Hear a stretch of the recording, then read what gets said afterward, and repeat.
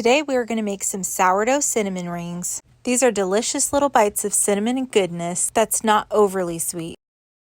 Start off with 150 milliliters of milk.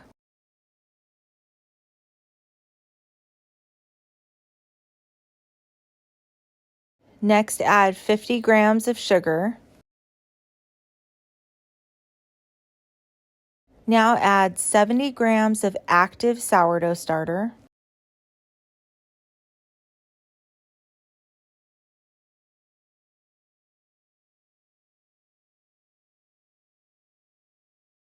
Now add 11 milliliters of oil. I'm just using avocado oil for now, but I would recommend using coconut oil and melt it first. Next, add half of an egg. I'm first separating the egg white from the egg yolk, but you don't have to do that. Just save the other half of the egg for later.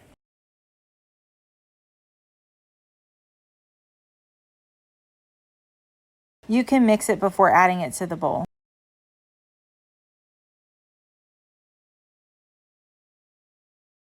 Now give all the ingredients a good mix. Pour it into a larger bowl. Next, add 275 grams of flour. We're going to actually be adding 325 grams of flour total. We're going to be adding that additional 50 grams in slowly. Next, add about 8 grams of salt. Now, back to the flour. You don't have to do it that way. You could just add all the flour together at once, but adding the last 50 grams slowly will give you a little more leeway to adjust the recipe, just depending on what climate you're in. Now mix everything together.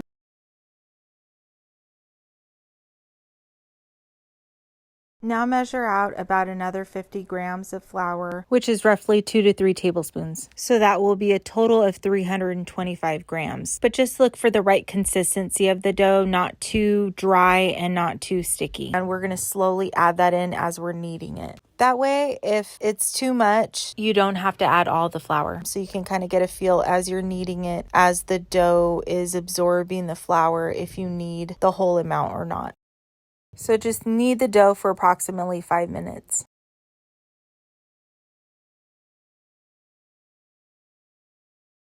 This dough is just about ready. Now you're just going to stick it in a bowl and put a lid on it. Then we're just going to let this rise till it's doubled in size. The time it takes to double in size will vary based on the temperature in your home. To speed up that process, you can stick it in the oven. First, heat up the oven, and then once the oven's warm, then you can turn it off and place the dough in there. Keep repeating that process until it's fully risen. Another option is making it in the morning and letting it rise throughout the day and continuing with the recipe later in the afternoon or evening once it's ready. Another option is making it in the evening, letting it rise until it's bedtime, then placing it in the fridge, and then bring it out the next day when you have more time. Let it come to room temperature and continue to rise. Meanwhile, for the filling, take about 50 grams of walnuts or just a large handful. You don't have to totally measure this. If they're not chopped walnuts, just chop them up.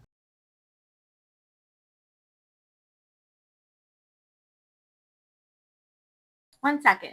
If you like this video, would you please like and subscribe? I'd really appreciate it. Now we're going to add some brown sugar. I'm just going to measure about 50 grams of brown sugar. You really don't need to measure this. If you just want to eyeball it, it's not going to make a big difference. Just add how much brown sugar you want.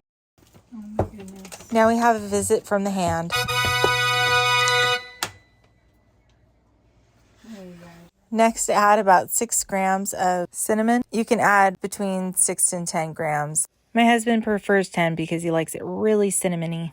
Now just mix that together. Now measure about 75 grams of butter. We're going to mix in the butter with the brown sugar and cinnamon. If the butter is room temperature, you can mix it by hand, but if it's cold, I'm just using my immersion blender. Now our paste is ready. We could set it to the side and we'll use it once the dough has doubled. So I stuck my dough in the oven and kept the oven warm. I did put some plastic wrap over it on top of having a lid on it so that it didn't dry out. If it was too hot, I just cracked the oven door open until it cooled down a bit more. And I just kept doing that until it doubled in size, which was about maybe 4 or 5 hours. 4 hours later. Once the dough is ready, flour the surface. So you're going to stretch out the dough into a rectangular shape.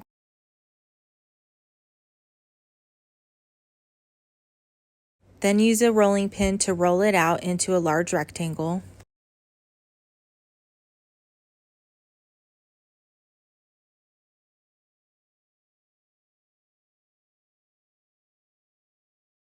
Now it's time to add our cinnamon brown sugar mixture. So you're just gonna place this all on top like you're making a cinnamon roll. So spread it all throughout. I think it's much easier just to use your fingers because then you can feel if you're gonna rip the dough or not and smear it a lot easier. You could also just pour the brown sugar and cinnamon on top and then slice up thin pieces of butter and then layer that throughout.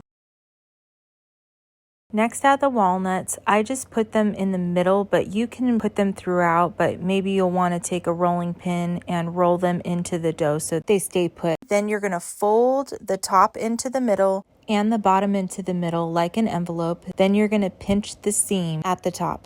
Next, you can roll it out to flatten it a little bit more.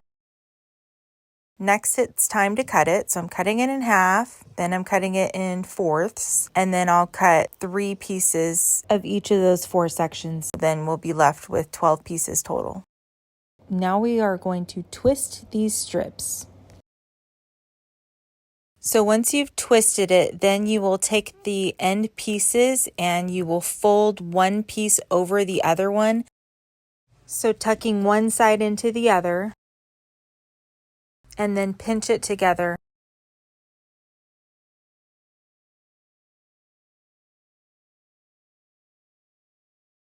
Again, you'll take a strip and then twist it.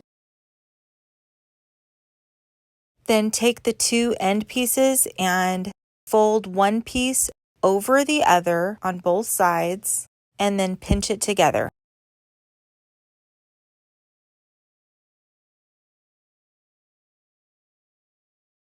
Now do that 10 more times.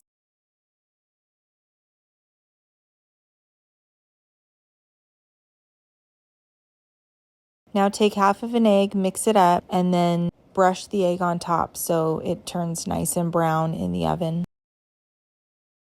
Lastly, I'm adding some turbinado sugar, some raw sugar. You could also just use brown sugar on top, so I'm just sprinkling that on top. Also, be sure to butter up your pan. Either spray it with some sort of oil or add butter. Preheat your oven to 350 degrees. Add your cinnamon rings to the pan. And once your oven is heated, you're going to bake these for about 20 minutes. 20 minutes later.